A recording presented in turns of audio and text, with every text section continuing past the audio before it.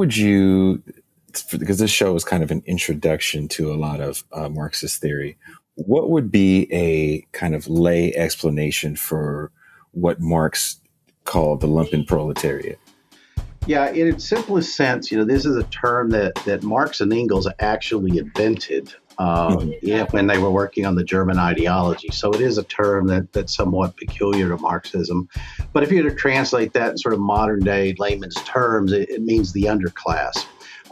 In terms of German, the word lumpen means rag. So it basically means the underproletariat, the subproletariat.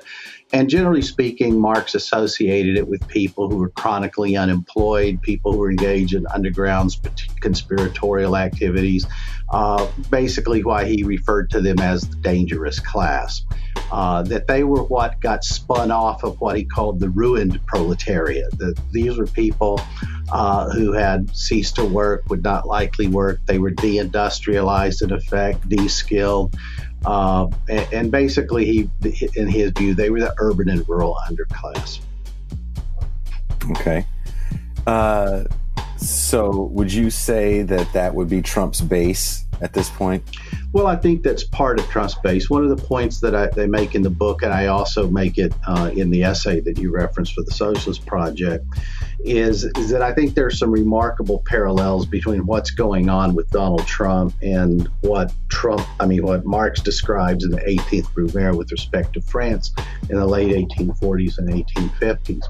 Basically, what Marx argues is that you had a very intense class struggle going on in France. Remember, you'd had the 1848 revolutions, but it took a turn in the so-called June days, which is the first time when the working class developed its own independent class consciousness and said, well, we don't think this liberal republic goes far enough. We'd like a social republic. We want job guarantees. We want minimum wages. We want a lot more than what's being offered to us by so-called bourgeois republic.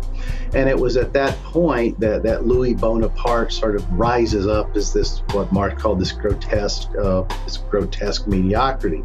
And basically, the people who were first and foremost most threatened by the surge of the working class was what Marx calls the petite bourgeoisie, the small property holders, the people who were in some respects kind of working class, but they were also capitalists because they owned small businesses, they owned property.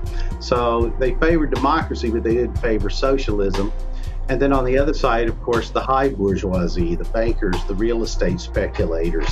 And the problem, of course, is they're numerically outnumbered by the proletariat. But they were sizable enough in France at the time, particularly with the support of the rural vote, the peasantry, which is also petite bourgeois, that Louis Bonaparte won the election at the end of 1848, December of 1848. It became very clear that Louis Bonaparte was not going to win re-election because of his policies against the working class. And it's at that point that he mobilizes the Lumpenproletariat, basically creating paramilitary organizations. At that time, it was called the Mobile Guard. Later, there was a group called the Society of the 10th of December, the so-called Decemberists. Decemberists, yeah. And so he essentially armed them and used them as sort of shock troops to force the proletariat back into acquiescence, and used them as the foundation for launching a coup d'etat. And so as I write in the book and in the essay, we're approaching that December with respect to Donald Trump, who seems to be laying the foundations right now for declaring the election invalid, because it's very clear that he's not going to win the election. So if he can't manipulate it, he can't sort of undo it in some way. We're starting to see an ever increase in escalation of violence in this country, most of it, in my view, being initiated by these sort of Lumpenproletariat shock troops.